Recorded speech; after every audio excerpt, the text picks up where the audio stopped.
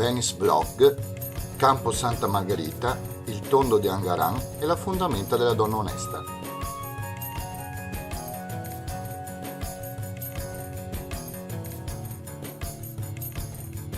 Uno dei campi più belli e più ampi di Venezia è il campo di Santa Margherita, molto amato dai veneziani perché è un punto di ritrovo dei giovani in cui nei vari bar si possono prendere seduti l'aperitivo a base di spritz e di cicchetti.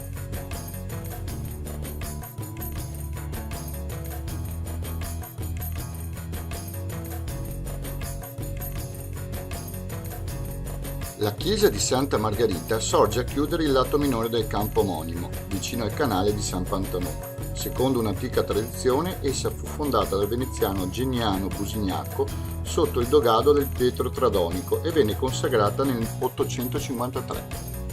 Si narra che nel 1330 una certa Bisina si era fatta costruire una piccola e stretta cella adiacente alla chiesa e che qui essa vivesse in modo molto spartano per uscire solo in occasione della messa attraverso un passaggio strettissimo che la conduceva fino alla sommità della cappella maggiore della chiesa. Il campanile conservò la sua struttura originaria, ma per la sua precaria staticità nel 1808 fu troncato a mezza altezza. Nel 1810 la chiesa perse il titolo di parrocchia e fu spogliata di tutte le preziose decorazioni pittoriche interne degli altari e dei marmi policromi.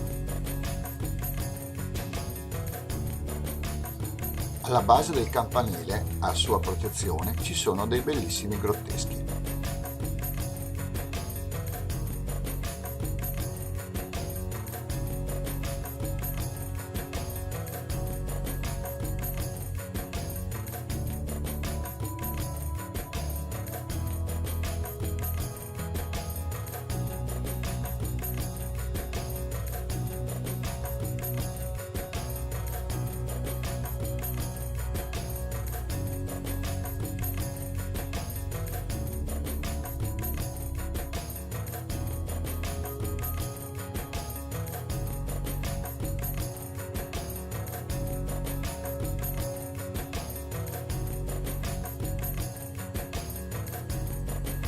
Se da Campo Santa Margherita andate verso Campo San Pantalon, dietro questo campo troverete una calletta che vi porta in una delle più belle curiosità di Venezia.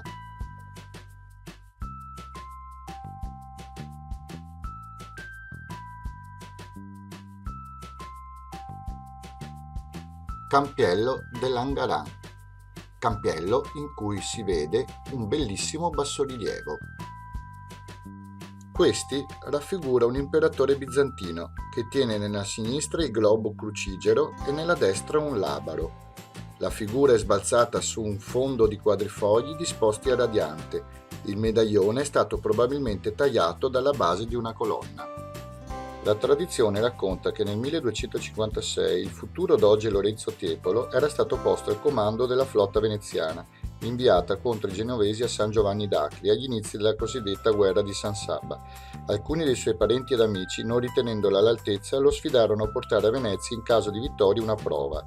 Strappato ai genovesi il forte di Mongioia, il condottiero avrebbe spedito a Venezia questo bassorilievo come spoglia di guerra e l'avrebbe fatto murare dinanzi alla casa di uno di quelli che aveva messo in dubbio le sue capacità. Fondamenta della donna onesta. Se da Campo San Pantalone andate verso Santa Margherita, troverete una fondamenta in cui c'è una pietra che raffigura una faccia di una donna. La fondamenta e l'omonimo ponte hanno come origine due differenti racconti popolari. Il primo racconta di uno spadaio che lì lavorava e viveva con una bella moglie di cui si era invaghito un patrizio. Quest'ultimo, per avvicinare la donna, commissionò un pugnale allo spadaio, ma quando la donna non ne volle sapere del suo avance, abusò di lei. La donna, non sopportando il peso di quanto avvenuto, si uccise usando proprio il pugnale che il suo violentatore aveva commissionato al marito. Il secondo racconto, un po' più frivolo, racconta che passando sul ponte due amici, il primo chiedesse all'altro un'opinione sull'onestà delle donne, sentendosi rispondere che l'unica donna onesta era quella in pietra raffigurata sul muro di una casa prossima al ponte.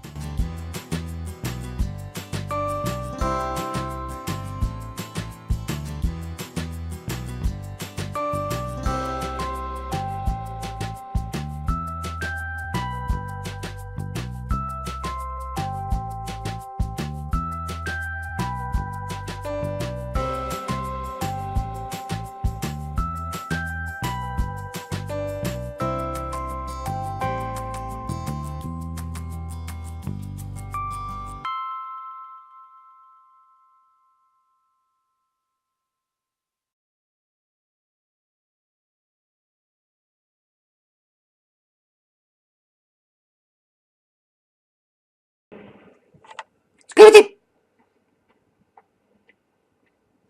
Iscriviti! Iscriviti!